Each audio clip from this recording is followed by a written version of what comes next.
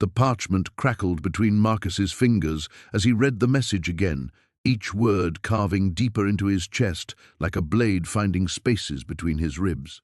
The true heir breathes while the false king bleeds. Find the midnight rose before the bells toll 13, or watch your daughter pay for your father's sins. 20 years of faithful service.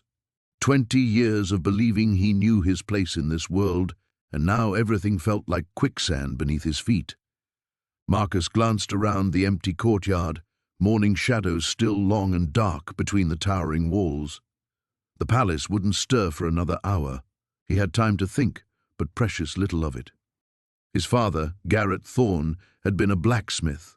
Marcus could still smell the forge's heat, still hear the rhythmic hammer strikes that had lulled him to sleep as a boy. What sins could a man who spent his days shoeing horses and mending farm tools possibly have committed? And how did those sins, whatever they were, connect to Elena, his brilliant 16-year-old daughter who spent her mornings reading philosophy and her afternoons sketching birds in the palace gardens? The crown grew heavier in his hands, its jeweled surface catching the weak sunlight. Rubies and sapphires that had adorned the heads of 12 kings now gleamed with something far more sinister than royal authority. Marcus had seen enough battlefields to recognize the metallic scent clinging to the gold. This wasn't some theatrical prop soaked in pig's blood. Someone had died for this crown to end up here. But who? And where was King Edmund? Marcus wrapped the crown in his patrol cloak, his mind racing through the implications. 3 nights ago, the king had retired to his chambers as usual. The night guards had seen nothing suspicious. When the morning servants found the room empty, the windows were still latched from the inside, the door locked with the heavy iron key still turned. It was as if the king had simply vanished into the morning air. The kingdom's noble houses were already circling like vultures, sensing weakness. Lord Ravencrest from the northern duchies had been particularly vocal about the need for stable leadership during these uncertain times. Lady Thornwick had made pointed comments about bloodline legitimacy at last week's court dinner. Without the king to maintain the delicate balance of power, Astoria would tear itself apart within a fortnight. And somehow, Marcus found himself holding the one piece of evidence that could either restore order or plunge them deeper into chaos. Find the midnight rose. The phrase meant nothing to him, but the urgency in those words made his skin crawl. 13 bells, that would be 1 o'clock. But today? Tomorrow? The note bore no date, its aged appearance suggesting it had been written long ago, yet it knew Elena's name, knew about his father's supposed sins. Either someone had planned this moment decades in advance, or... Marcus shook his head. There was no or. Magic was the stuff of children's tales and drunken tavern songs. The world operated on steel and politics, not mystical prophecies. His daughter's face flashed in his mind. Elena with her mother's gentle eyes and stubborn chin. Elena who challenged the palace tutor's lessons and asked questions that made visiting scholars uncomfortable. She was supposed to be safe within these walls, protected by Marcus's position and the crown's authority. But if someone could make a king disappear and plant a blood-stained crown beneath his statue, how safe was anyone? The morning bells began their slow chime from the cathedral tower, 7 strikes marking the hour. Palace servants would begin their duties soon, and Marcus needed to decide what to do with his discovery. Protocol demanded he report directly to the Lord Chancellor, present the evidence, and let the kingdom's investigative apparatus take over.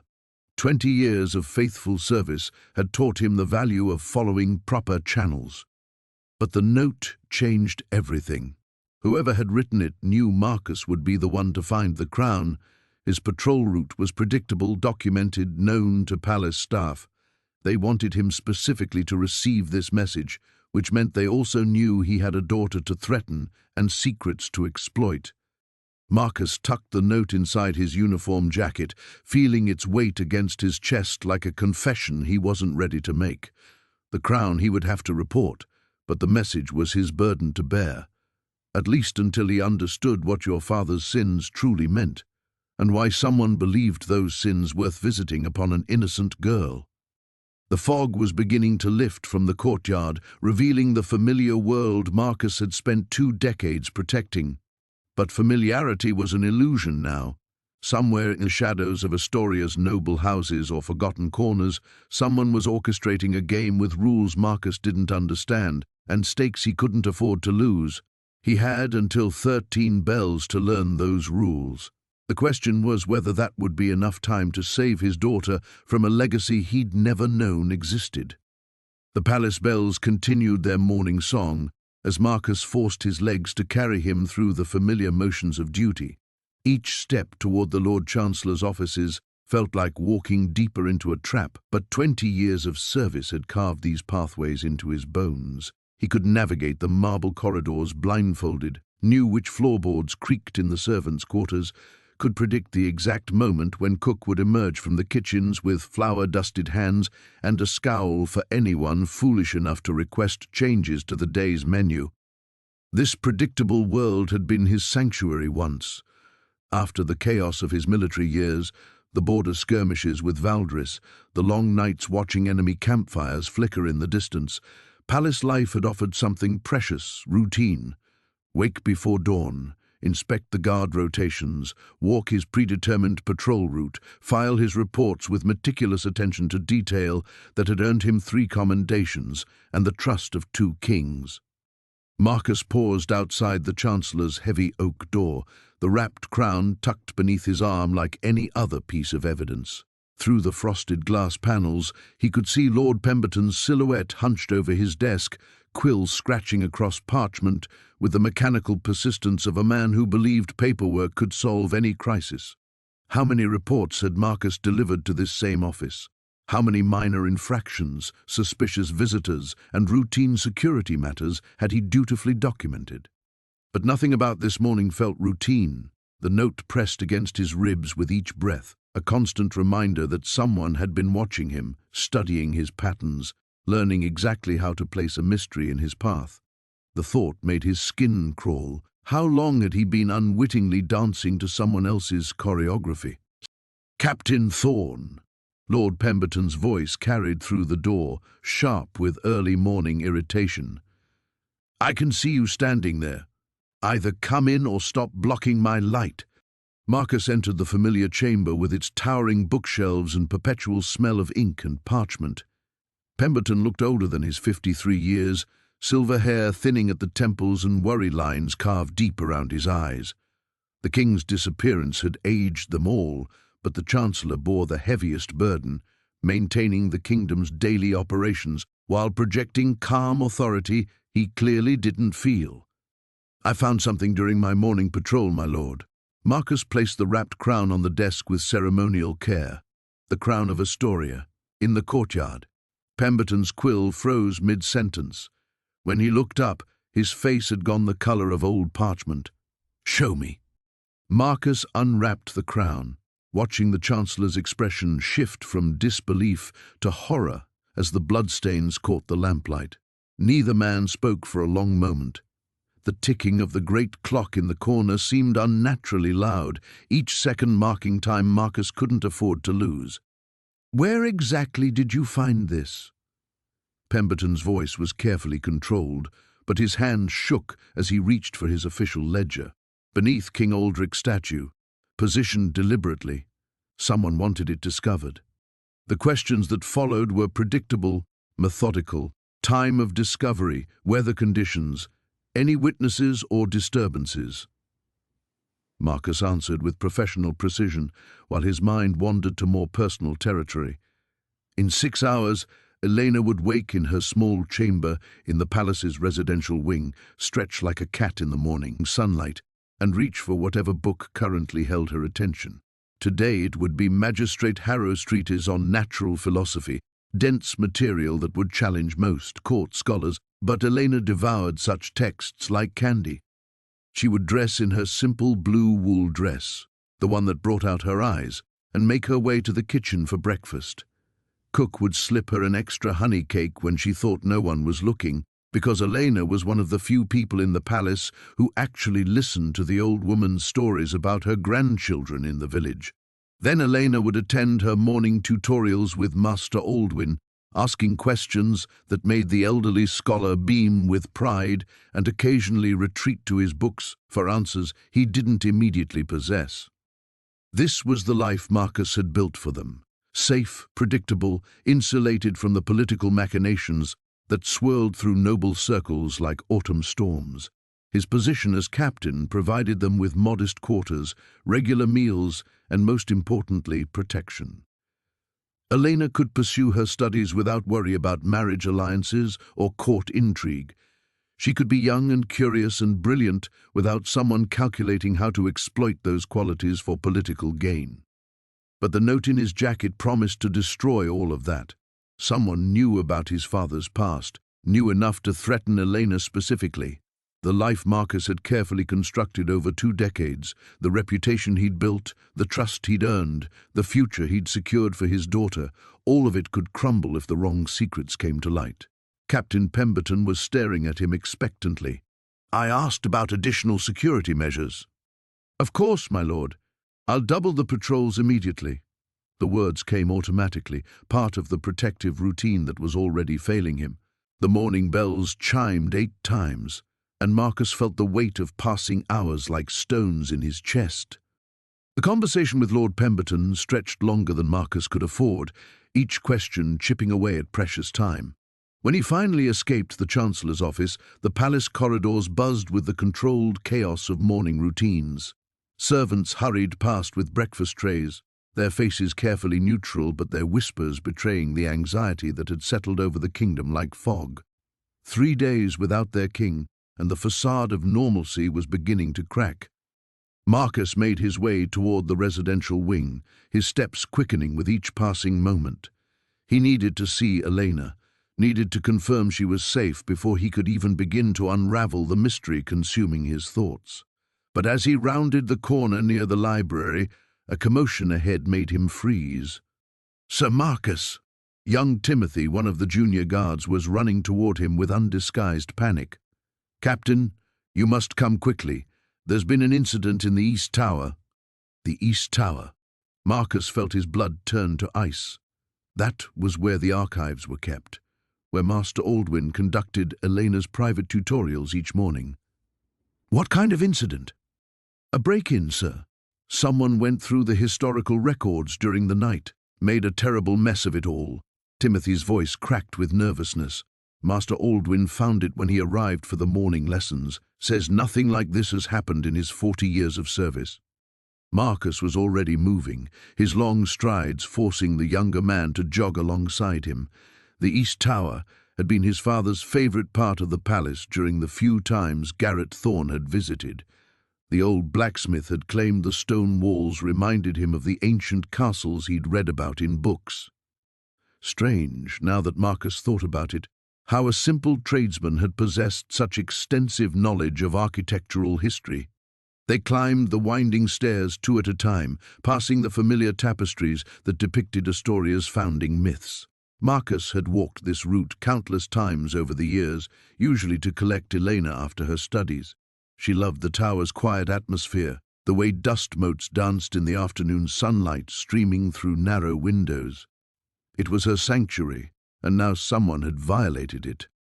Master Aldwin met them at the archive door, his usually immaculate robes disheveled and ink stains marking his fingers. The elderly scholar's face was flushed with indignation, but underneath Marcus detected something else: fear. "Captain Thorne, thank the heavens you're here." Aldwin's voice shook as he gestured toward the chaos beyond the doorway. "Someone has ransacked the genealogical records. 30 years of cataloguing destroyed in a single night." Marcus stepped into the archive room and felt his world shift again. Shelves had been emptied, their contents scattered across the floor like fallen leaves. Ancient parchments lay torn and trampled, their carefully preserved seals broken. But the destruction wasn't random. Someone had been searching for something specific. What records were they after? Marcus knelt beside a pile of documents, noting how certain sections had been pulled apart more thoroughly than others. The bloodline charts, primarily, the documentation of noble families dating back 2 centuries. Aldwyn picked up a fragment of parchment with trembling hands, but they seemed particularly interested in the Thorn lineage. The name hit Marcus like a physical blow. He rose slowly, pieces of a puzzle he'd never known existed beginning to align in his mind. The Thorn family records? Your family's history, Captain. Though I must say there are some discrepancies I've never noticed before. Aldwyn pulled a partially intact document from the debris. According to this, your father Garrett wasn't born in the village of Millhaven as the official records state. This genealogy places his birth in the capital and suggests he served in some capacity at court before becoming a blacksmith. Marcus stared at the parchment, his father's name written in the careful script of court scribes.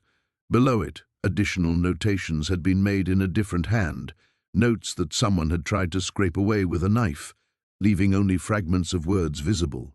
He could make out service to the crown, and what looked like the Midnight Rose affair. The Midnight Rose. The same phrase from the note hidden against his chest.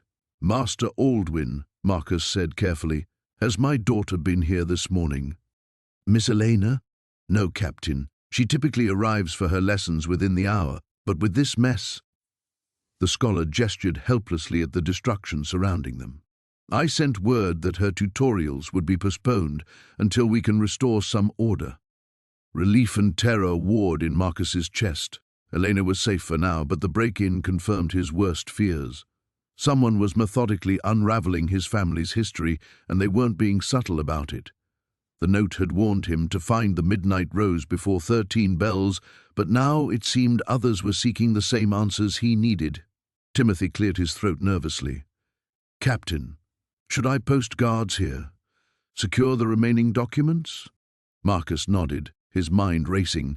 The morning bells had already chimed 8 times.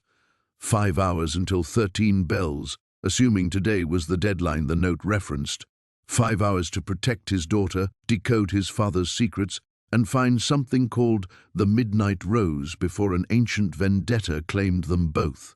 The call to adventure had found him whether he wanted it or not. Marcus stood motionless in the devastated archive, the weight of revelation pressing down on him like armor made of lead. 5 hours. The number echoed in his mind with each tick of the distant palace clock, but his feet remained rooted to the debris-strewn floor, as if the scattered parchments had grown roots around his boots. Timothy, post 2 guards at the entrance, he heard himself say, though his voice sounded strange and distant. No one enters without my direct authorization. The young guard nodded and hurried away, leaving Marcus alone with Master Aldwyn among the ruins of his family's hidden history. The scholar was already kneeling among the documents, salvaging what he could with the careful reverence of a man who understood that knowledge once lost, rarely returned. But Marcus couldn't bring himself to help. Every instinct screamed at him to move, to act, to begin the desperate hunt for answers that might save Elena's life. Instead, he found himself paralyzed by the magnitude of what lay before him. 20 years. 20 years of believing his father was exactly what he'd claimed to be, a simple blacksmith who'd married above his station when he won Marcus's mother's heart. 20 years of constructing an identity built on that foundation, of earning respect through honest service and unwavering loyalty. Now that foundation was crumbling beneath his feet, and Marcus wasn't sure who he was supposed to be when the dust settled. Captain? Master Aldwyn's voice cut through his spiraling thoughts. Perhaps you should see this.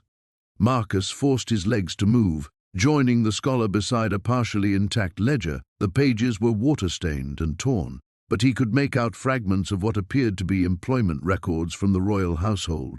Names, positions, dates of service, and there, in faded ink that made his chest tighten, was his father's distinctive signature. Garrett Thorn, Special Services to His Majesty King Aldric.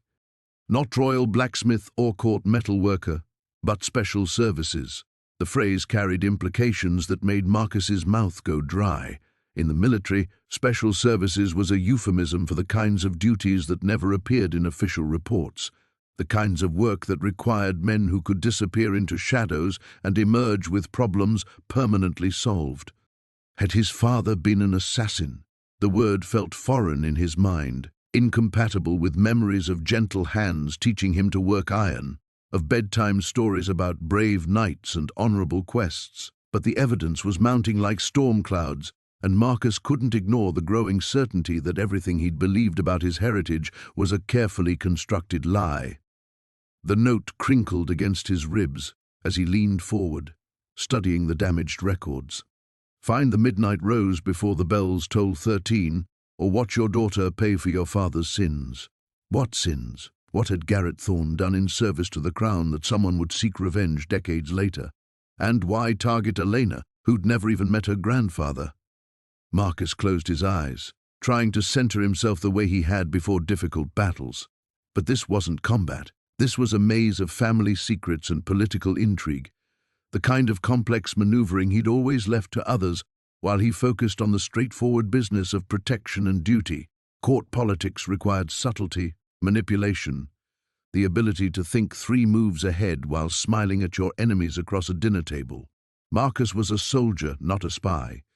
He solved problems with honest effort and direct action, not shadow games and hidden meanings. How was he supposed to decode cryptic messages and unravel conspiracies when he didn't even know the rules of the game? The morning bells chimed 9 times, and Marcus felt another hour slip through his fingers like sand. Elena would be wondering about her cancelled lessons by now, perhaps reading in her chambers or helping cook with the morning inventory, safe activities in secure locations, protected by the same palace walls that had somehow failed to keep intruders out of the archives. What if the break-in was just the beginning? What if whoever had written the note was already moving against Elena, while Marcus stood here drowning in revelations about the past? The image of his daughter, brilliant, trusting, completely unprepared for the kind of danger that seemed to be closing around them, made his hands shake with barely controlled panic. But rushing forward blindly would only make things worse. The note's author had planned this carefully, orchestrating events to force Marcus down a specific path. Every move he made would likely be anticipated, countered, used against him. The smart thing would be to seek help, to bring Lord Pemberton or the palace investigators into his confidence and let trained minds work the puzzle. Except the note had come to him specifically, and the threat was against his daughter alone. Involving others might protect the kingdom, but it could doom Elena if her safety depended on Marcus following instructions exactly as written. The paralysis of choice settled over him like a heavy cloak, each option branching into dozens of potential consequences he couldn't predict or control. The clock's 10th chime shattered Marcus's paralysis like a hammer blow. 4 hours. 4 hours until 13 bells, and he was standing frozen in a room full of broken secrets while his daughter remained, vulnerable somewhere in the palace's sprawling corridors. He straightened with sudden violent purpose, the weight of his sword at his hip a familiar comfort in this sea of uncertainty. Soldier or spy, father or captain, none of those roles mattered now. Elena was in danger, and every instinct honed by 20 years of service demanded action over contemplation. Master Aldwyn, his voice carried the authority that had once commanded men in battle. I need everything you can salvage about the Midnight Rose. Every reference, every fragment, no matter how small. The scholar looked up from the scattered documents, his weathered face creased with concern. Captain, I've served this court for 4 decades, but I've never encountered that phrase in any official record. If it exists in our archives, it's buried deeper than conventional genealogies. When we dig deeper, Marcus knelt beside a pile of water-damaged ledgers, his hands moving with desperate efficiency. Someone broke in here specifically to find information about my father and this Midnight Rose. They knew exactly where to look, which means the answers exist. But as they worked through the salvageable documents, Marcus felt precious time bleeding away like water through his fingers. The records were extensive, but maddeningly incomplete. Employment rosters with missing pages, correspondence logs with crucial entries torn away, personnel files that ended abruptly without explanation. Someone had been systematically scrubbing his father's true history from the official record for years. The morning sun climbed higher beyond the tower windows, casting shifting patterns of light across the debris field. With each passing moment, Marcus felt the walls of his carefully ordered world crumbling further. The palace that had been his home for 2 decades suddenly felt like foreign territory, full of hidden passages and secret histories he'd never suspected. Every tapestry might conceal a doorway, every servant might harbor divided loyalties, every friend might know more than they'd ever revealed. His hands stilled on a fragment of parchment bearing the royal seal. The partial document appeared to be some kind of commendation or citation, though most of the text had been deliberately obscured with ink.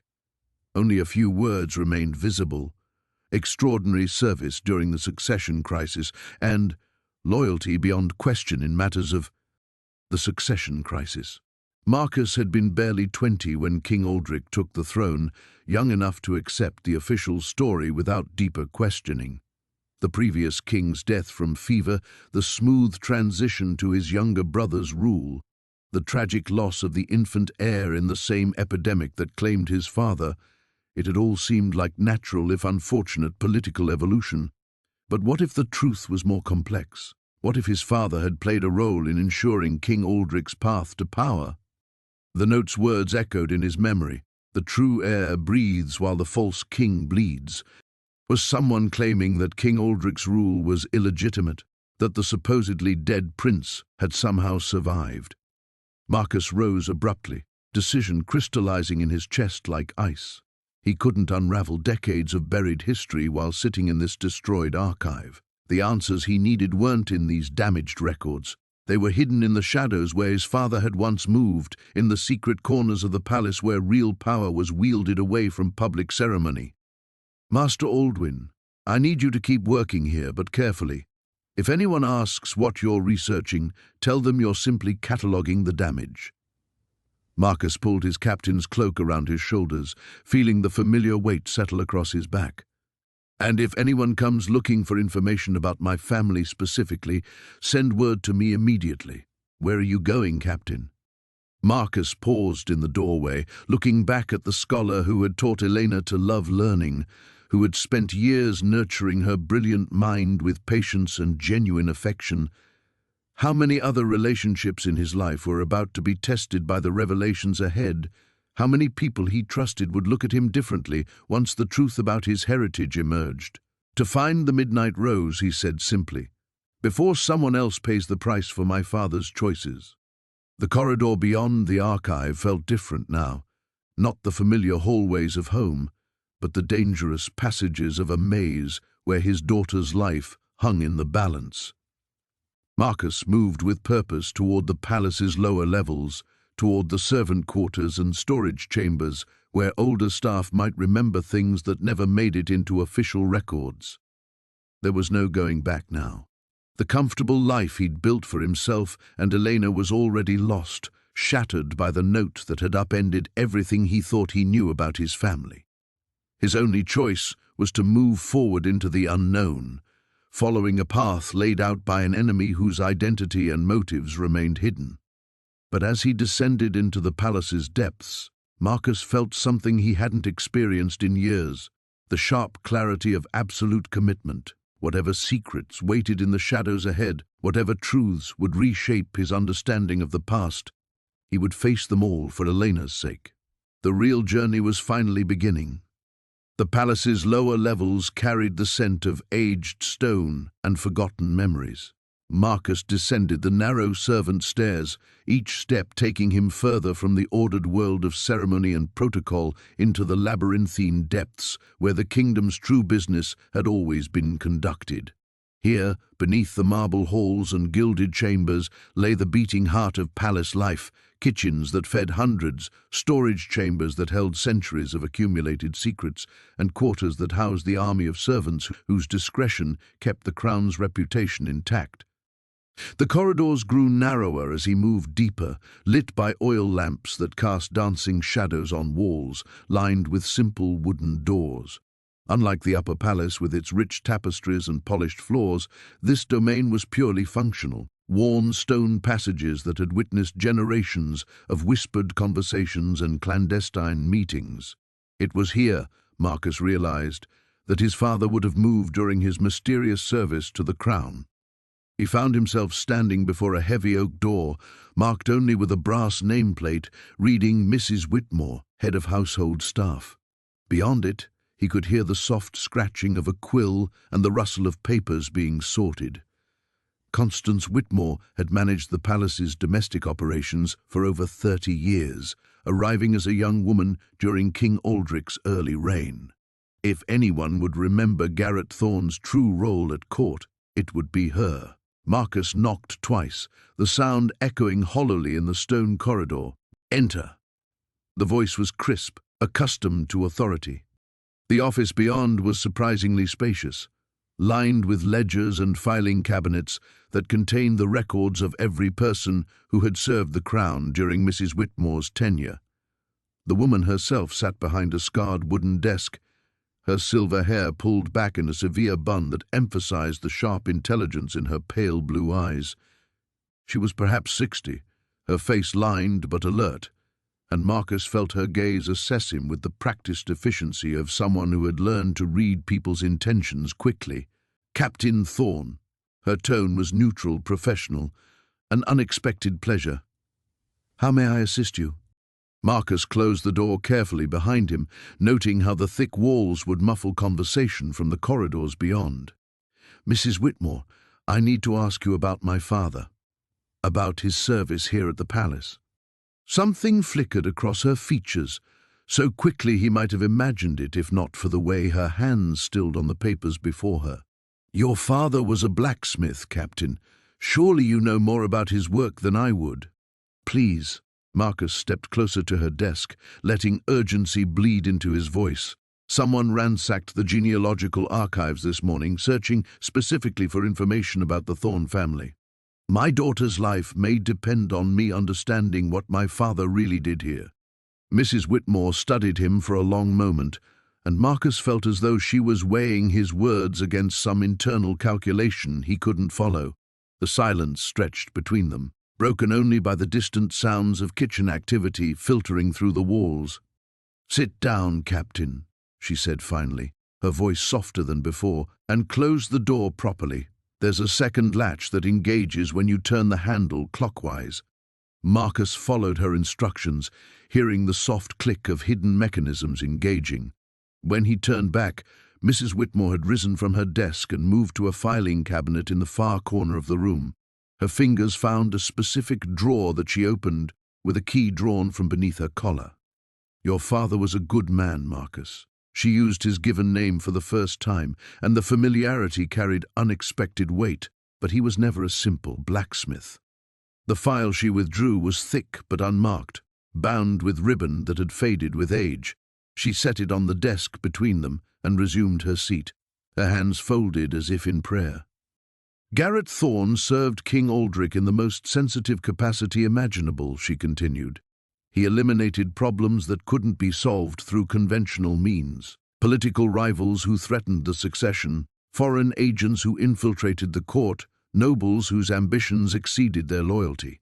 Your father's work ensured that King Aldric's rule remained stable during some very turbulent years." The words hit Marcus like physical blows. Everything he'd believed about his heritage crumbled further, replaced by images he didn't want to accept. His father, the gentle man who'd taught him honor and integrity, had been a killer in service to the crown. The midnight rose, Marcus managed. "What was it?" Mrs. Whitmore's face went pale. "Where did you hear that name?" "It doesn't matter. Please, I need to understand." She opened the file with trembling fingers, revealing documents that bore official seals and urgent notations in multiple hands. "The Midnight Rose was your father's final assignment, the one that made him disappear from court forever." Her eyes met his, heavy with knowledge he wasn't sure he wanted to possess. "Captain Thorne, your father was ordered to kill a child." The words hung in the air like a poison cloud, seeping into Marcus's lungs and choking off his breath. A child. His father, the man who had taught him that strength meant protecting the innocent, had been ordered to murder a child. "No," the word escaped as barely more than a whisper. "That's impossible. My father would never—" Your father refused. Mrs. Whitmore's voice carried the weight of old grief. The order came directly from King Aldrich himself, sealed with the royal signet and marked with the highest priority. But Garrett Thorne walked away from the palace that night and never returned to court service. Marcus felt the room spin around him, the familiar anchor points of his life continuing to dissolve into chaos. He gripped the edge of the desk, knuckles white against the worn wood. What child? Why would the king order such a thing? Mrs. Whitmore's fingers traced the edge of the file as if the documents inside might burn her. The succession crisis was more complex than the official histories record, Marcus. When King Aldrich's older brother died, there were complications regarding the line of inheritance. The careful way she chose her words sent ice through Marcus's veins.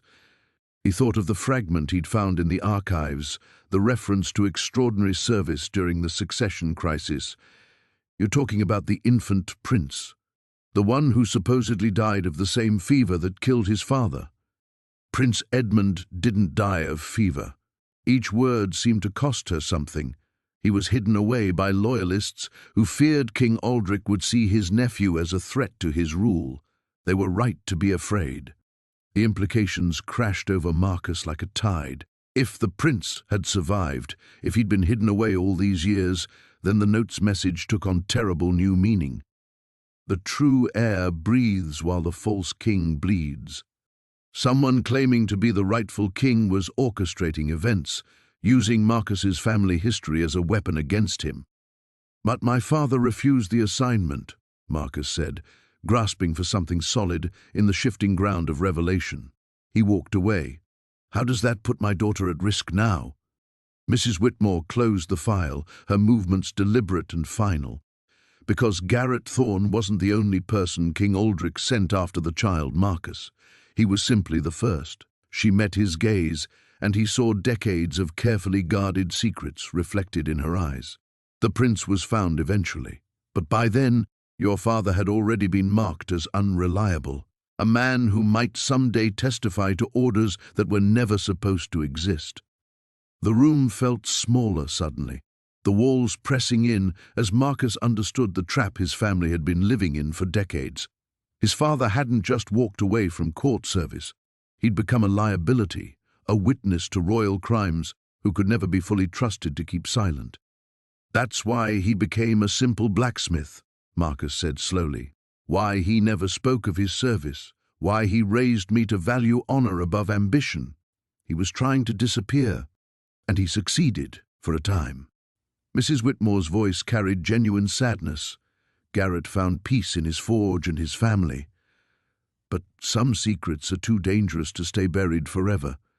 Marcus thought of Elena, probably wondering by now why her lessons had been cancelled, why her father had seemed so distracted at breakfast.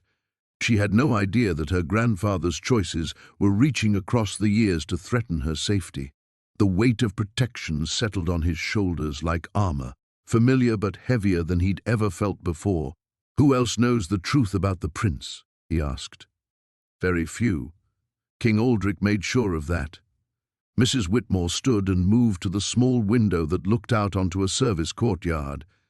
But if someone is claiming to be Prince Edmund, if they're using your family's history as leverage, then the game has changed completely.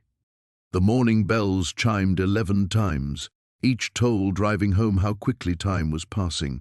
2 hours until the deadline, and Marcus still had no idea what the Midnight Rose actually was or where he might find it. The revelations about his father's past were important, but they wouldn't save Elena if he couldn't decode the note's true meaning. Mrs. Whitmore, the Midnight Rose, was it a code name? A location? A person? Desperation bled into his voice despite his efforts to remain controlled.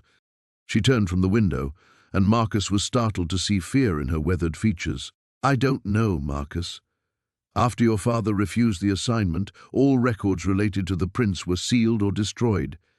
The Midnight Rose could be anything or anyone connected to those events. The weight of impossible choices pressed down on him. He needed allies, but couldn't risk trusting the wrong people. He needed information, but every revelation seemed to deepen the mystery rather than solve it. Most of all, he needed time, which was the one thing he couldn't manufacture or steal. Marcus stood, decision crystallizing despite the chaos in his mind. "Thank you for the truth, Mrs. Whitmore. Whatever comes next, at least I understand what I'm facing." But even as he spoke the words, Marcus knew he understood very little. The game being played around him had rules he'd never learned, stakes he was only beginning to grasp, and Elena's life hung in the balance. Marcus stepped into the corridor, Mrs. Whitmore's revelations still echoing in his mind when he saw her. Elena stood at the far end of the passage, her dark hair disheveled and her usually pristine dress torn at the sleeve. Their eyes met across the stone hallway, and Marcus felt his world tilt on its axis. She wasn't supposed to be here. She was supposed to be safe in her chambers, protected by guards he'd personally selected. But here she stood, flanked by two figures in dark cloaks whose faces remained hidden beneath deep hoods. "Papa!"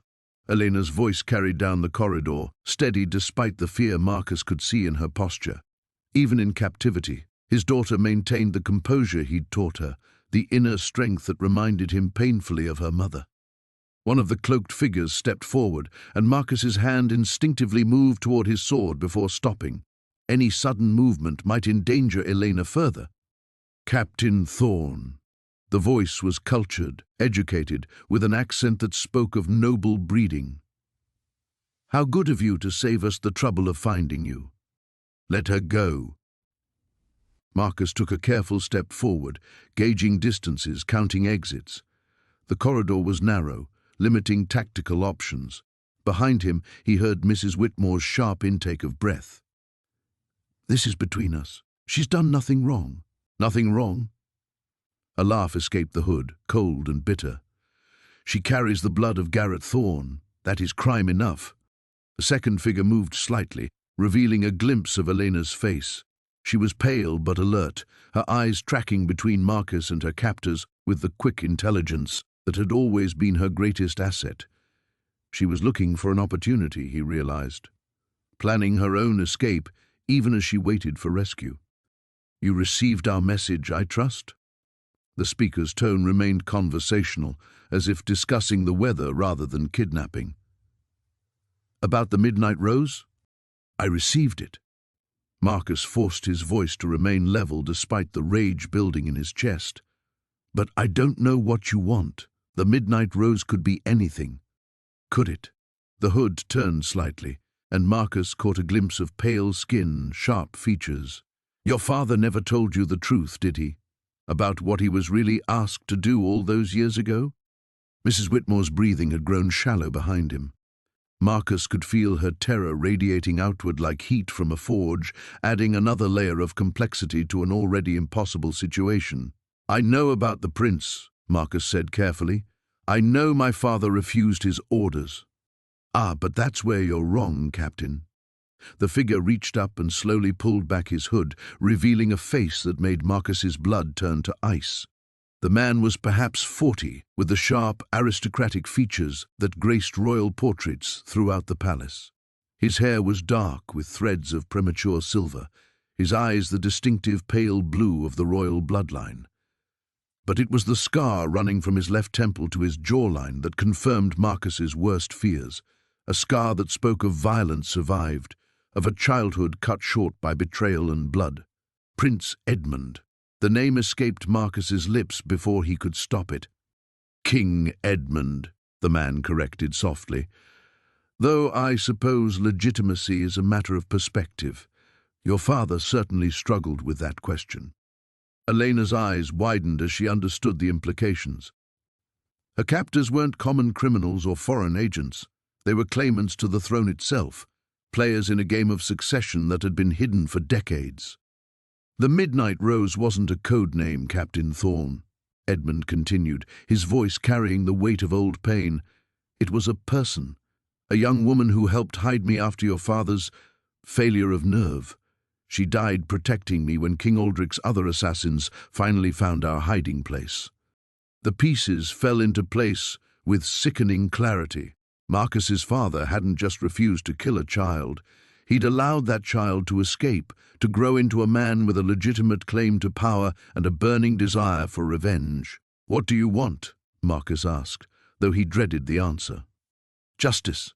Edmund's smile was sharp as a blade. "Your father robbed me of my throne, my family, my birthright. He condemned me to a life in hiding while a usurper wore my crown. But he also gave me time. Time to plan, to gather allies, to prepare for the moment when I could reclaim what was stolen from me." The 11 o'clock bells had finished tolling, but their echo seemed to linger in the stone corridors. 2 hours until the deadline. 2 hours to save Elena and prevent whatever catastrophe Edmund had planned. "The midnight rose was everything I loved," Edmund whispered, and Marcus heard decades of grief in those words.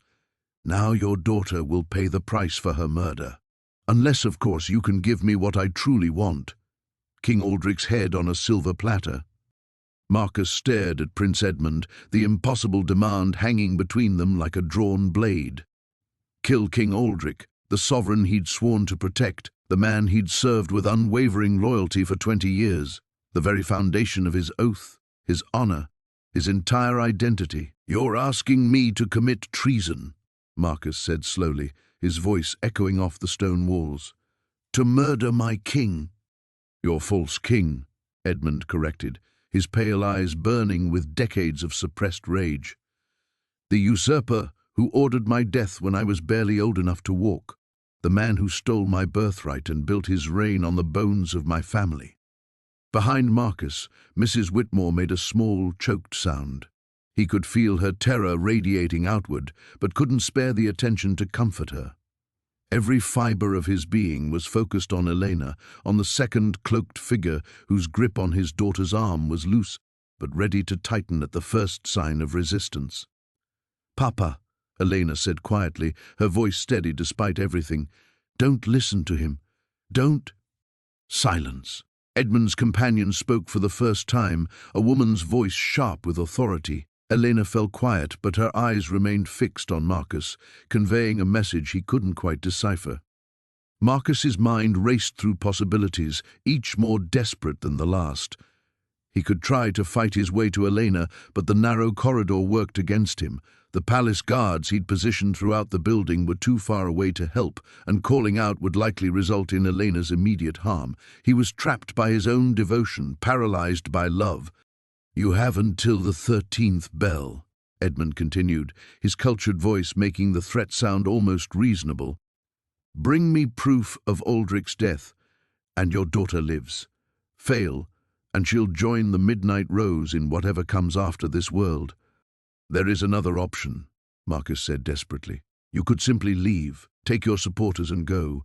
Build a life somewhere else. The throne isn't worth—" Edmund's laugh cut him off, cold and bitter as winter wind, spoken like a man who's never lost everything.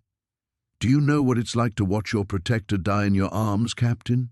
To spend 30 years planning your return while the man who murdered your family sits on a throne that belongs to you?" The passion in Edmund's voice was unmistakable, the pain genuine. But Marcus had seen enough violence to know that justified grief could birth terrible actions, that righteous anger could corrupt even the purest intentions. "If you truly believe you're the rightful king," Marcus said, "then prove it through law, through witnesses, through—" "Through what? Courts controlled by Aldric's appointees? A parliament bought with Aldric's gold?"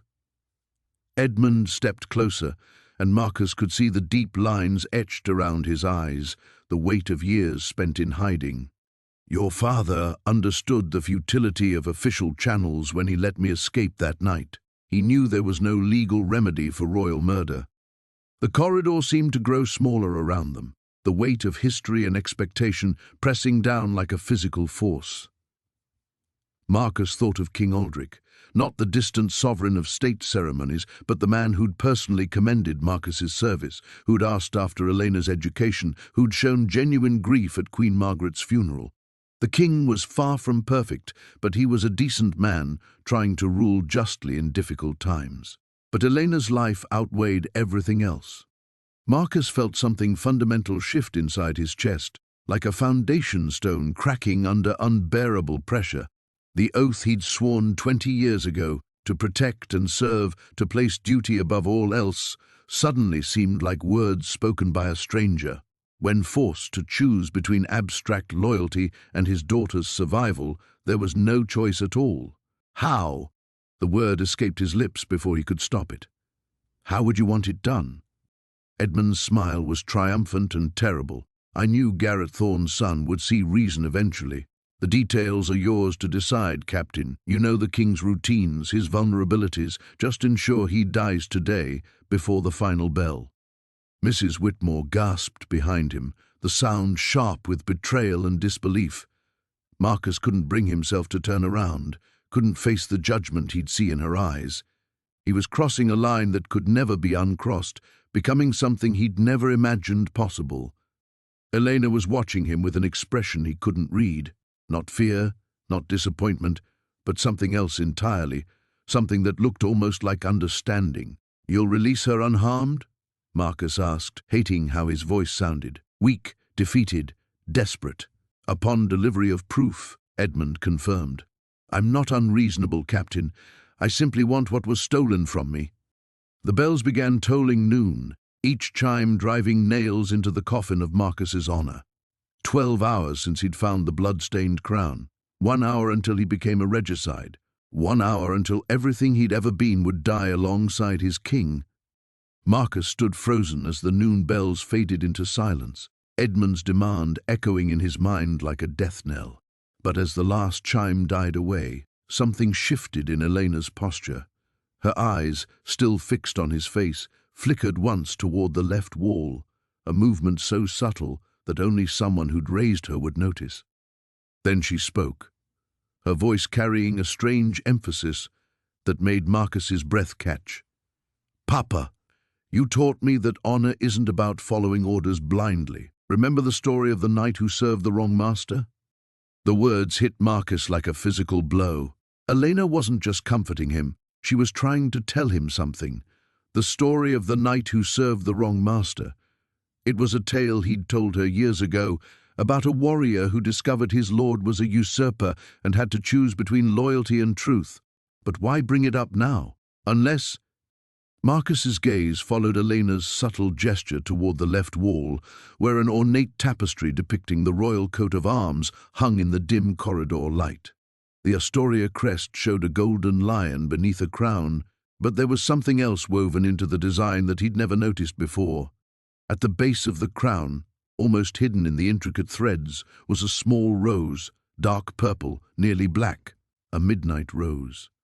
The revelation crashed over him with stunning clarity. The note hadn't been directing him to find a person or a place. It had been telling him where to look for proof of Edmund's claim. The midnight rose in the royal coat of arms, a symbol he'd walked past countless times without truly seeing. But Elena had seen it.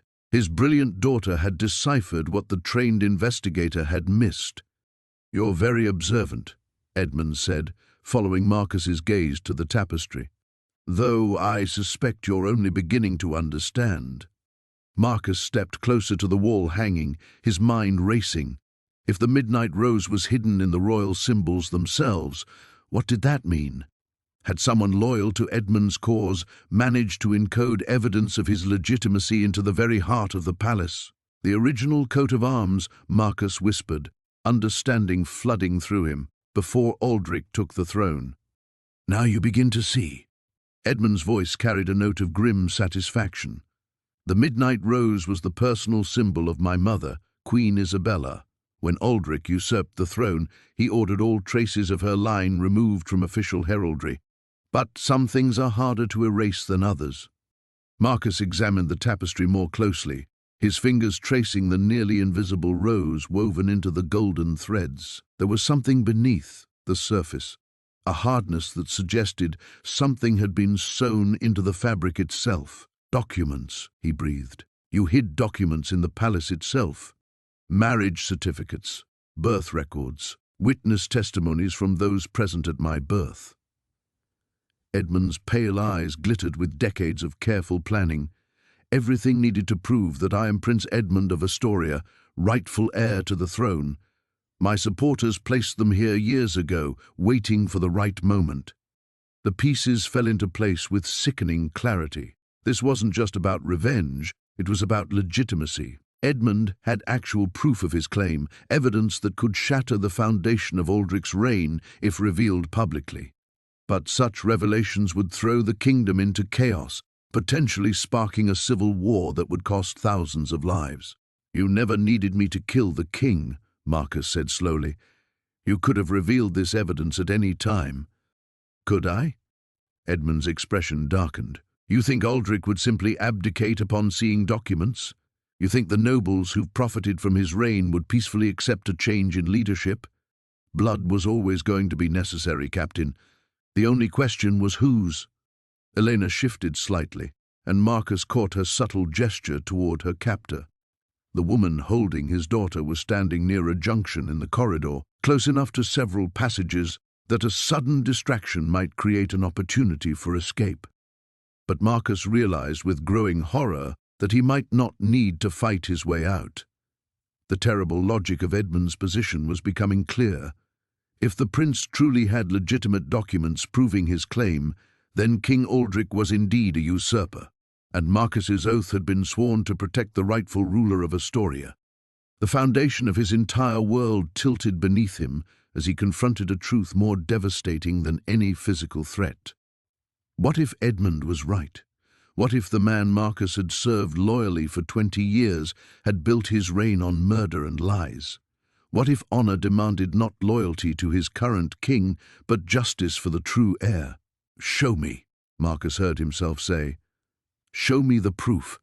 Edmund smiled, and Marcus saw not the expression of a madman, but the relief of a man who'd finally found someone willing to listen to the truth he'd carried for 30 years. Everything Marcus had believed about duty, loyalty, and righteousness was about to crumble, and he was no longer certain he wanted to stop it. Edmund gestured toward the tapestry, his movements deliberate and ceremonial.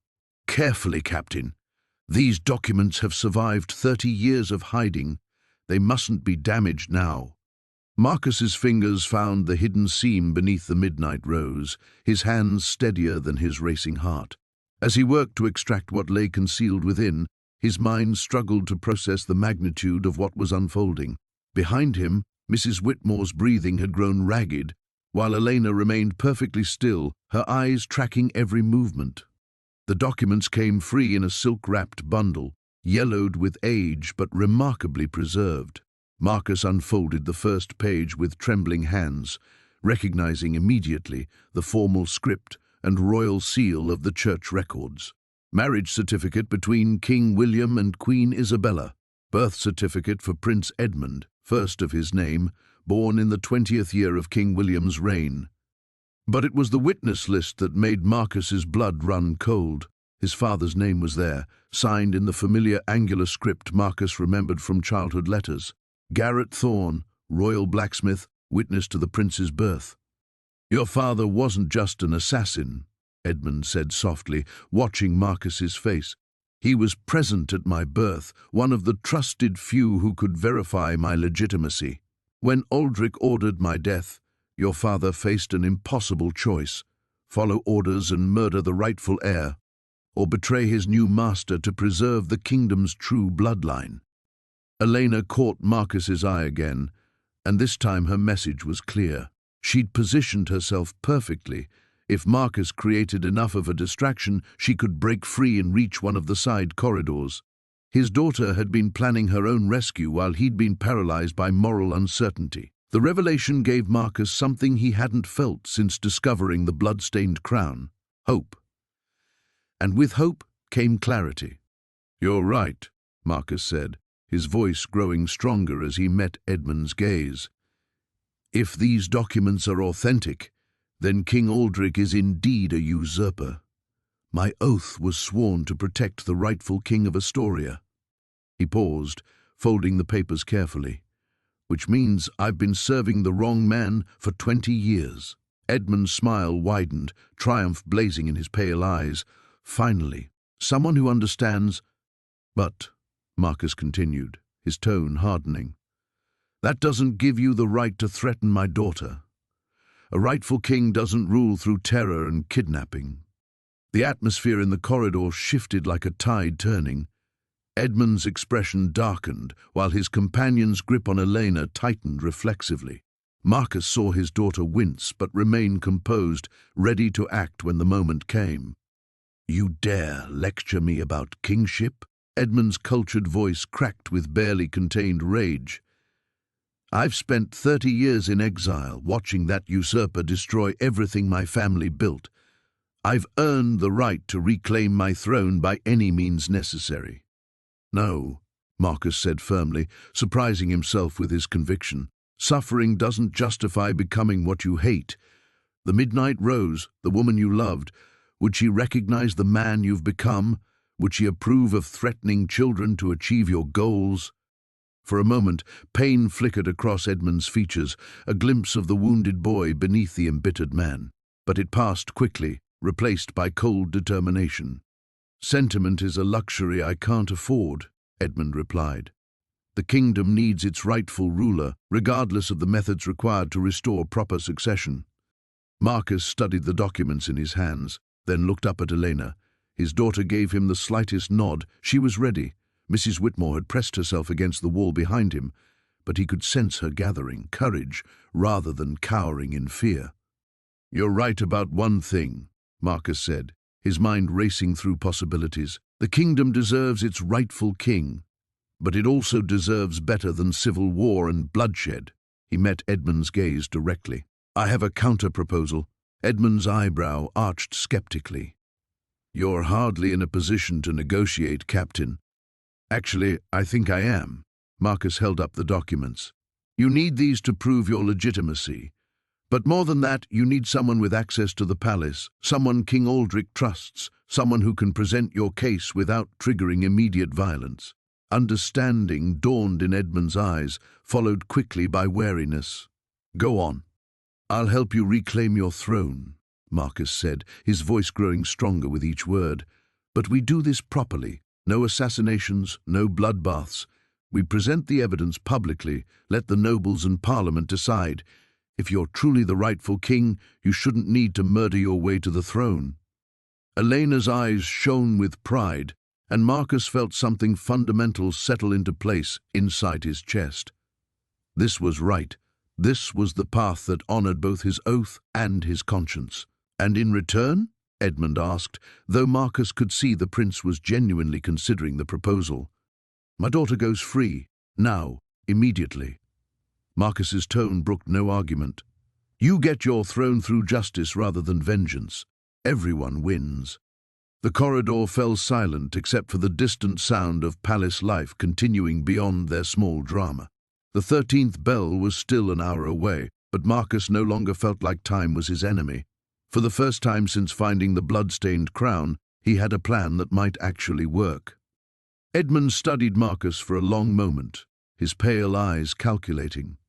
The silence stretched taut as a bowstring, until finally the prince nodded slowly. "You have 1 hour to arrange a formal audience with the current court," Edmund said.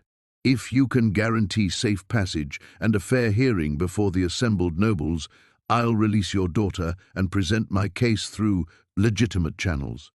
Relief flooded through Marcus, but he kept his expression neutral. "Agreed. But Elena leaves with me now. I won't risk her safety while making arrangements." Edmund's companion, the woman whose face remained hidden in shadow, spoke sharply. "You're making a mistake, Your Majesty. This man's loyalty has already shifted once today. What prevents it from shifting again?" "Because I'm not asking for his loyalty," Edmund replied, his gaze never leaving Marcus's face. "I'm offering him the chance to serve truth rather than convenience, honor rather than habit." The words stung because they contained an uncomfortable grain of accuracy. Marcus had spent 20 years following orders without questioning their moral foundation. The discovery of Edmund's documents hadn't just revealed a usurper on the throne, it had exposed Marcus's own willful blindness to the complexities of power. "Very well."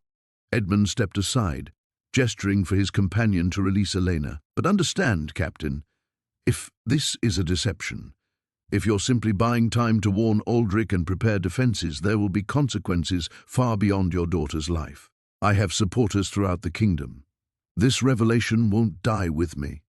Elena moved quickly to Marcus's side, her composure finally cracking as she gripped his arm.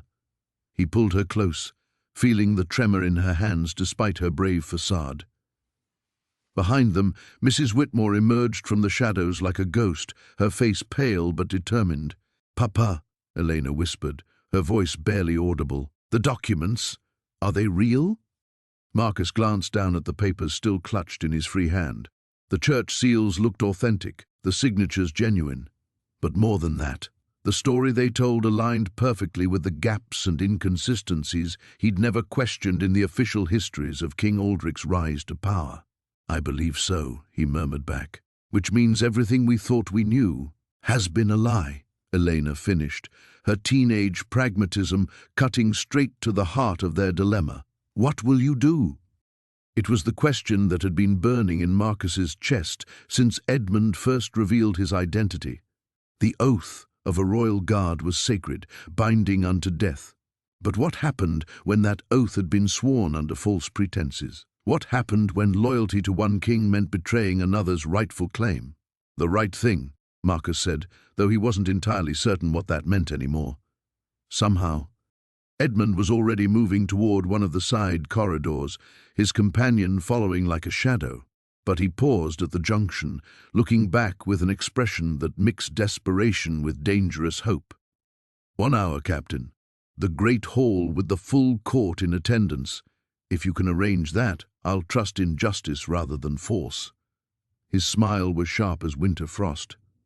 "But if you fail me, if this is merely an elaborate trap, remember that your father's sins created this situation. Don't compound them with your own." Then he was gone, vanishing into the palace's hidden arteries as completely as if he'd never existed. Marcus stood in the suddenly empty corridor, his daughter pressed against his side and the weight of 30 years' worth of secrets heavy in his hands. The bells would toll the 13th hour soon, marking not just Edmund's deadline, but the end of Marcus's old life.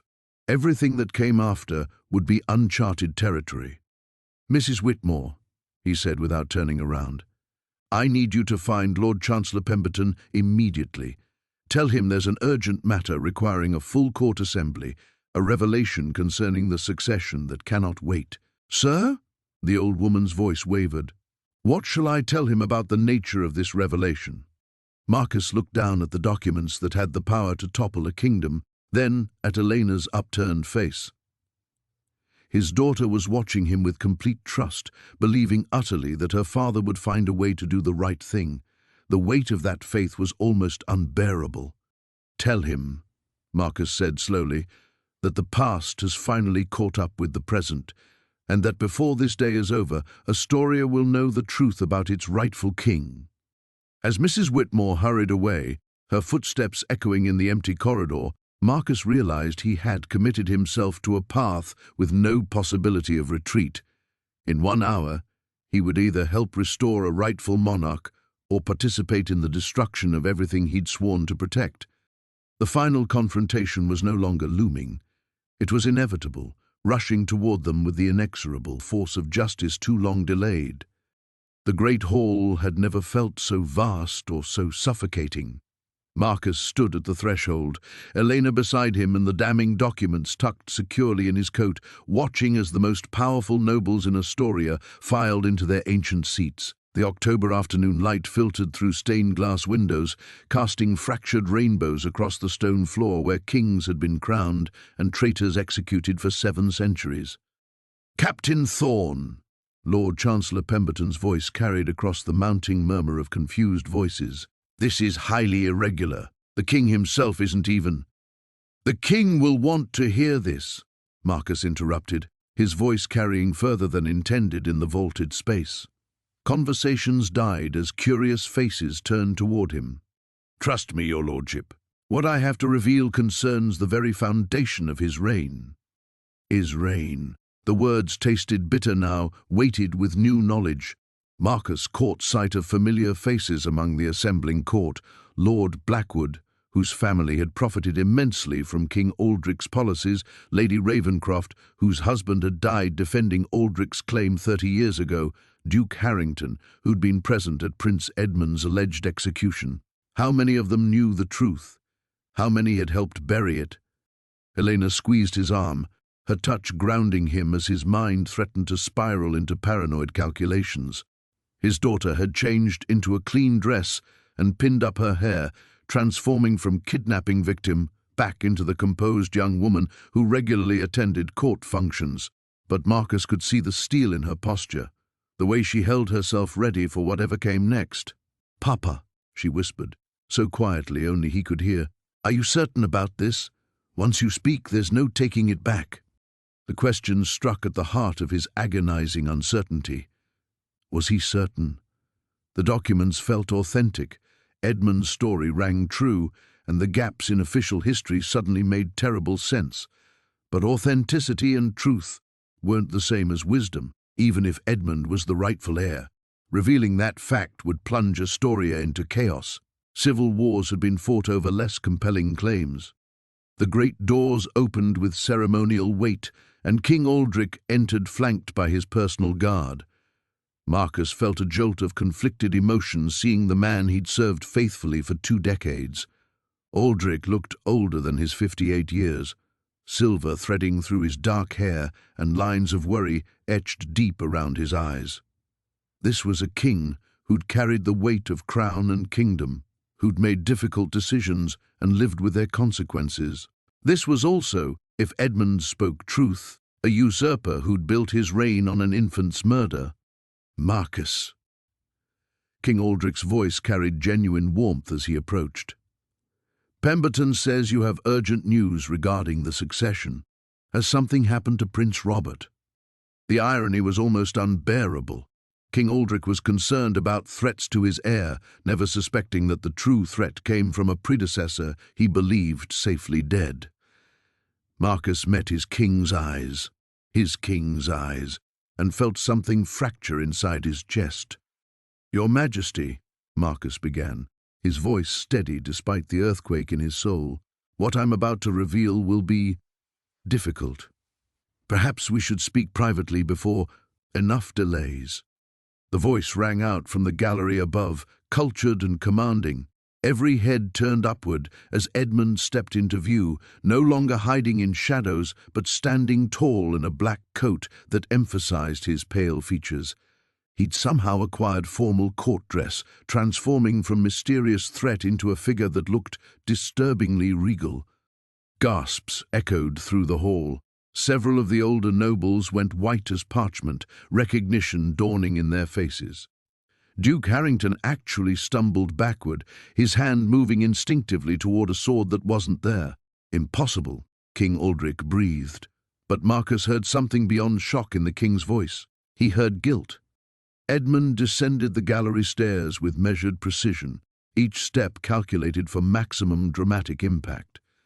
The assembled court parted before him like water, some driven by confusion, others by instinctive reverence for the authority he projected. "Hello, Uncle," Edmund said when he reached the hall's center. "You look well for a man who's spent 30 years living with murder." The silence that followed was absolute, weighted with 3 decades of buried secrets. Marcus felt Elena tense beside him as the moment balanced on a knife's edge. This was it. The convergence of past and present, truth and lies, justice and expedience. Everything he'd learned, every skill honed through 20 years of service, every moral principle that defined him, it all came down to this moment. The bloodstained crown, the cryptic note, his father's hidden sins, Elena's kidnapping, every thread had led to this confrontation. Marcus stepped forward, the documents heavy in his coat, and prepared to change the fate of a kingdom. The 13th hour was approaching, and with it, a reckoning that would define not just his own destiny, but the future of Astoria itself. The final test had begun. The silence stretched like a held breath before shattering into chaos. "Seize him!"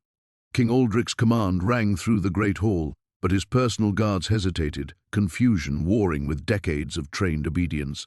The assembled nobles erupted into panicked whispers, half rising from their seats as if uncertain whether to flee or fight. Marcus found himself caught in the eye of the storm. his hand instinctively moving toward his sword hilt before he remembered whose side he was supposed to be on. Everything moved with crystalline clarity. Elena backing toward a pillar, the documents crackling in his coat, Edmund standing utterly still in the hall's center as armed men closed on him from 3 directions.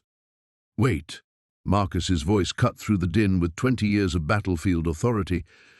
"Your Majesty, before you act, you need to see what I've discovered." He pulled the documents from his coat, holding them high enough for the entire court to witness. The approaching guards faltered, caught between their king's order and their captain's intervention. King Aldric's face had gone ashen, his eyes fixed not on the papers, but on Edmund's eerily familiar features. "You're dead," he whispered, the words carrying clearly in the suddenly quiet hall. "I saw your body. I held your funeral." "You held a funeral for a peasant child," Edmund replied with devastating calm. "My wet nurse's son, if memory serves. Close enough in age to satisfy the mourners, small enough that a closed casket seemed merciful rather than suspicious." Duke Harrington lurched forward, his voice cracking with age and terror. "Aldric, for God's sake, end this before—" "Before what?" Marcus stepped between the Duke and Edmund, finally understanding his role in this deadly tableau. "Before the court learns what really happened the night King Aldric claimed his throne." The fear in the older nobles' faces told its own story. They remembered. They'd been there when an infant prince disappeared, and a younger brother's claims suddenly became convenient truth. King Aldric drew himself up, reaching for the dignity that had carried him through 3 decades of rule. "That man is an impostor, a pretender trading on resemblance and old rumors. Guards, read them." Edmund's voice cut through the king's command like a blade through silk. Let Captain Thorne read the documents aloud. Let the court judge for themselves what truth looks like. Marcus felt the weight of every gaze in the hall, the moment balanced on a knife's edge. Elena caught his eye from behind her pillar, nodding almost imperceptibly. "Trust the evidence. Trust the truth, however painful." "The first document," Marcus began, his voice carrying to every corner of the vaulted space, "is a baptismal record from the Royal Chapel, dated March 15, 1817. Prince Edmund Aldrich Montclair, first son of King Henry, confirmed heir to the throne of Astoria." He paused, scanning the increasingly pale faces before him, witnessed by Archbishop Cornelius, Duke Harrington, and my father, Garrett Thorne. A strangled sound escaped Duke Harrington's throat. Several nobles had gone completely white, while others leaned forward with hungry curiosity. "The second document is a sworn affidavit from Archbishop Cornelius, dated 6 months before his death." Marcus's hands trembled slightly as he continued. "A deathbed confession detailing how Prince Edmund was smuggled from the palace the night of the coup, replaced with another child's body to satisfy those who demanded proof of his death. Lies." But King Aldric's voice lacked conviction, the word falling flat in the charged atmosphere. "Forgeries designed to—" "Uncle." Edmund stepped closer, close enough that the family resemblance became unmistakable. The same angular jaw, the same piercing eyes, even the same way of holding his left shoulder slightly higher, traits Marcus had seen countless times in royal portraits lining the palace corridors. "Do you want to tell them about the night you came to my nursery? About what you whispered to a 3-year-old boy before your hired assassins arrived?" King Aldric stumbled backward as if struck, his face cycling through denial, terror, and something that might have been grief. "You were supposed to be safe," he whispered. "I sent you away. I hoped you'd live quietly, somewhere far from all this." The admission hit the assembled court like a physical blow. Gasps echoed from the gallery while several nobles actually stood, unsure whether they were witnessing justice or treason. "But I didn't live quietly," Edmund replied, his voice carrying a lifetime of pain beneath its controlled surface. "I lived in exile, watching you destroy everything our family built, waiting for the right moment to reclaim what was stolen from me." Marcus looked between the 2 men, one who'd worn a crown for 30 years, another who'd spent that time plotting to reclaim it, and felt the terrible weight of choosing between them. Both had blood on their hands, both believed their cause was just. "The question," Marcus said, his words falling into the trembling silence, "is what we do now." The 13th bell began to toll in the distance, each note reverberating through the hall like a funeral dirge. The final hour had come, and with it, a reckoning 3 decades in the making. The 13th bell's final note faded into silence, leaving only the sound of Marcus's own heartbeat thundering in his ears. In that crystalline moment, he saw every path stretching before him, and understood that each one demanded a price he wasn't certain he could pay. King Aldrich stood frozen, his admission hanging in the air like smoke from a funeral pyre. The assembled court watched with the hungry fascination of spectators at an execution, waiting to see which way justice would fall. And Edmund, rightful heir to a stolen throne, watched Marcus with eyes that held both desperate hope and the terrible patience of a man who had waited 30 years for vindication. "Captain Thorne," Duke Harrington's voice cracked like old parchment, "you don't understand the forces you're unleashing. The stability of the realm was built on murder." Marcus cut him off, the document still clutched in his trembling hands. He looked at Elena, saw her watching him with complete trust, believing utterly that her father would find the right path through this moral labyrinth. That faith was both anchor and burden. The weight of his sword at his hip felt heavier than it ever had in 20 years of service, the oath he'd sworn to protect the crown. Which crown? The one worn by a usurper, or the one that should have rested on the brow of the man before him? "Your Majesty," Marcus said slowly, each word deliberate as a judge pronouncing sentence. He turned to face King Aldrich, saw the man who had been father and mentor and liege lord for half his life. "I have served you faithfully. I have believed in your rule, defended your crown, raised my daughter to respect your authority." The king's eyes held a flicker of hope, desperate and fragile. "But I cannot serve a lie." The words fell like stones into still water, sending ripples through the assembled court. "Not when the truth stands before us." Marcus stepped toward Edmund, then dropped to one knee in the center of the great hall. "Your Majesty." The simple gesture sent shockwaves through the assembled nobles. Several gasped audibly, while others shifted uncomfortably in their seats. Duke Harrington made a strangled sound of protest, but his voice was lost in the sudden murmur of voices. "Marcus, no."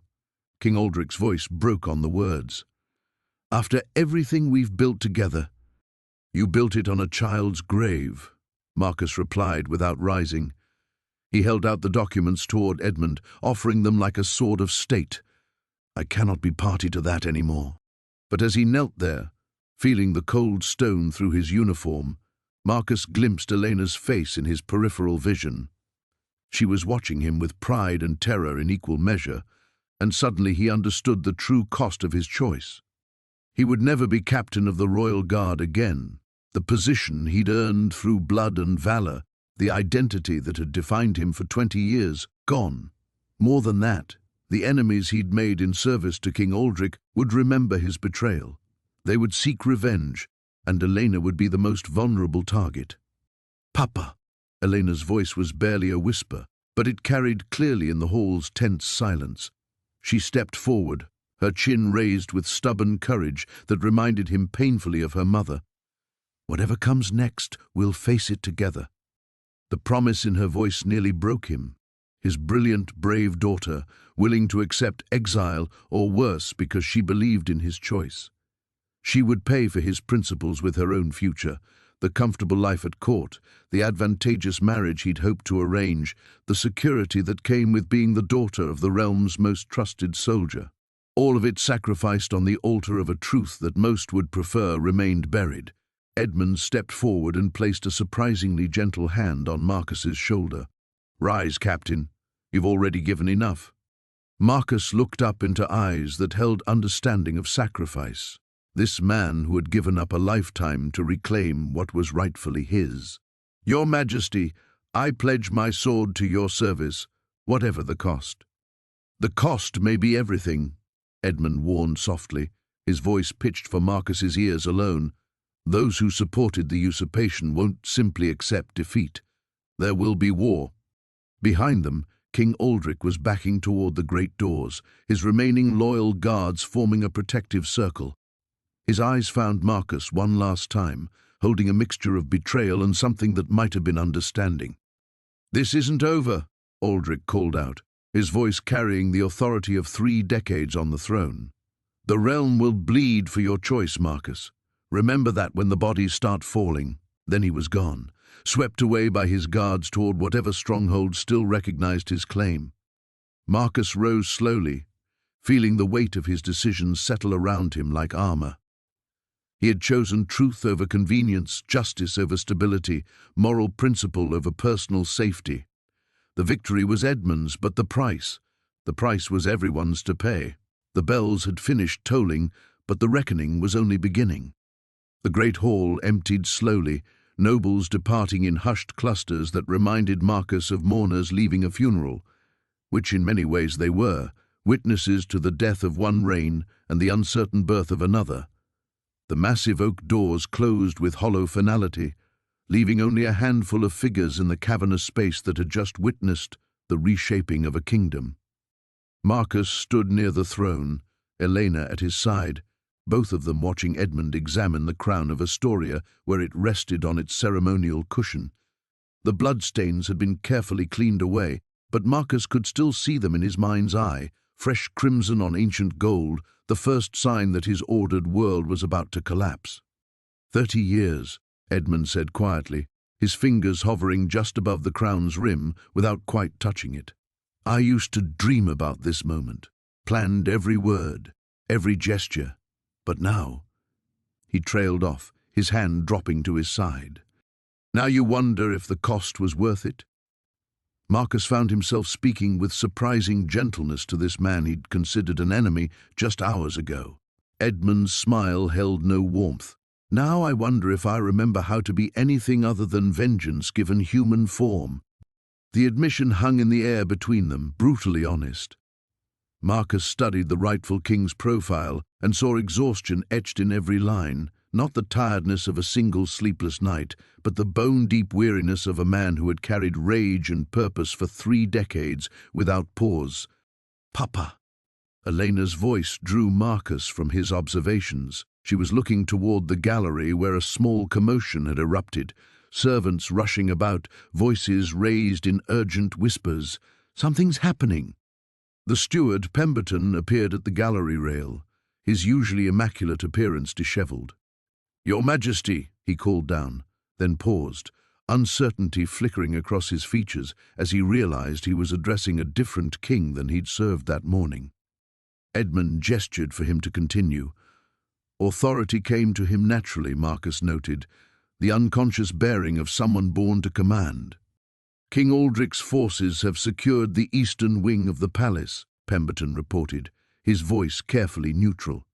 They're calling it a temporary withdrawal while the succession is properly determined." Marcus felt his stomach drop. "He's not abdicating." "Of course not," Edmund replied with weary acceptance. "A man doesn't hold a throne for 30 years and surrender it because someone produces documents claiming his rule was illegitimate. He'll argue forgery, political manipulation, foreign interference, whatever narrative keeps his supporters loyal." The implications cascaded through Marcus's mind like dominoes falling. Divided loyalties within the palace guard, noble houses choosing sides based on self-interest rather than legitimacy. Trade routes disrupted as neighboring kingdoms waited to see which claimant would emerge victorious. "How many will follow him?" Elena asked, demonstrating the political acumen that had always made Marcus proud. "Enough," Edmund answered grimly. "The Duke of Westmarch owes his titles to Aldric's favor. Lord Blackwood's merchant empire depends on trade agreements my uncle negotiated. Lady Ravencroft still mourns her husband, who died defending Aldric's early reign." He turned to Marcus. "Your friend Sir William among them?"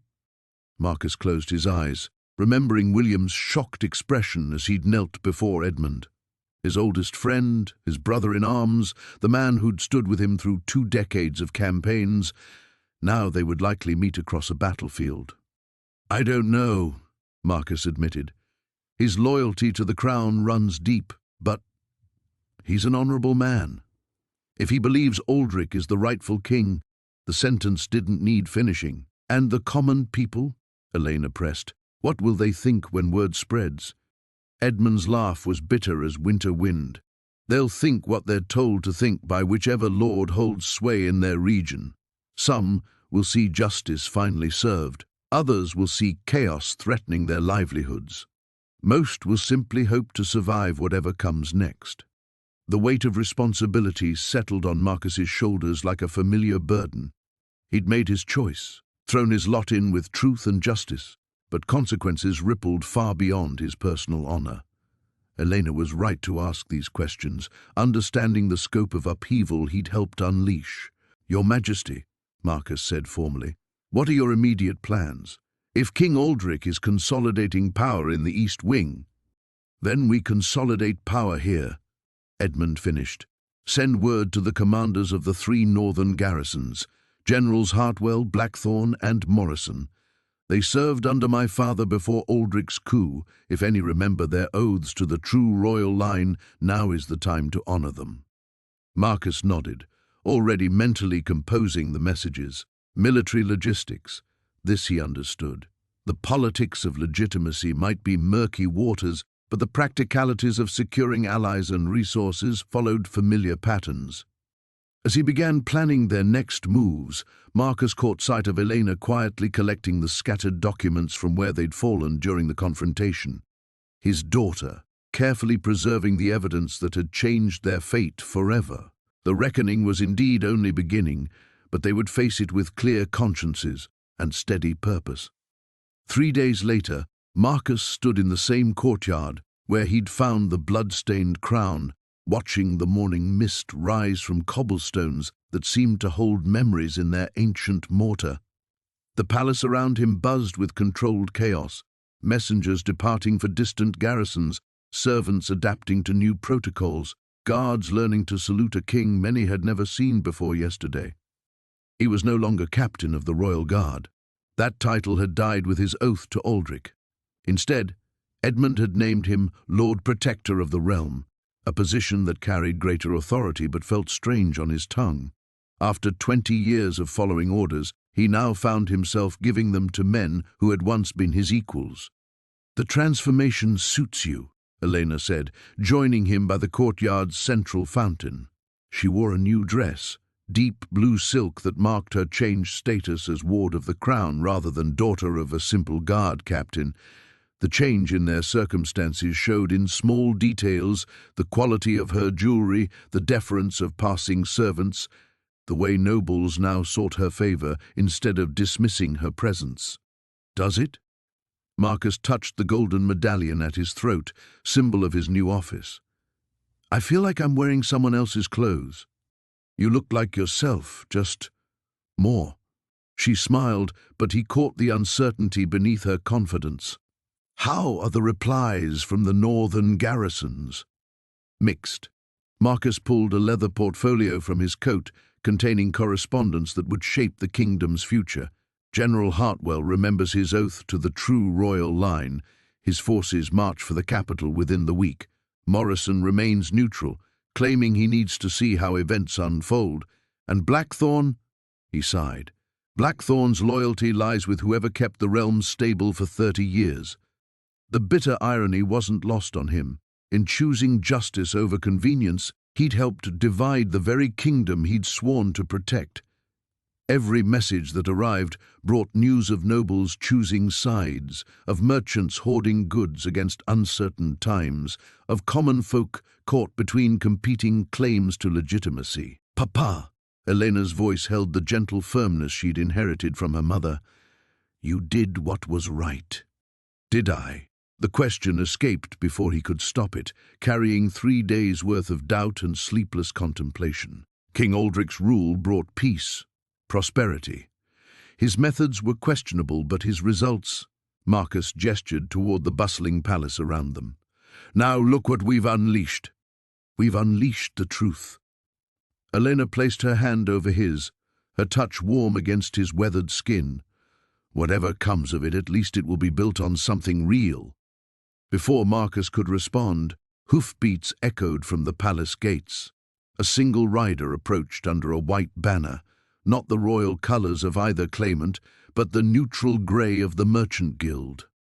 Marcus recognized the man, Thomas Ashford, whose trade caravans had supplied the palace for years. The merchant dismounted with obvious exhaustion, his clothes dusty from hard riding. "Lord Protector," he said formally, though his eyes held warmth Marcus remembered from years of shared meals and conversation. "I bring word from the eastern provinces." "Speak freely, Thomas." "King Aldric has established court in Ravenshollow.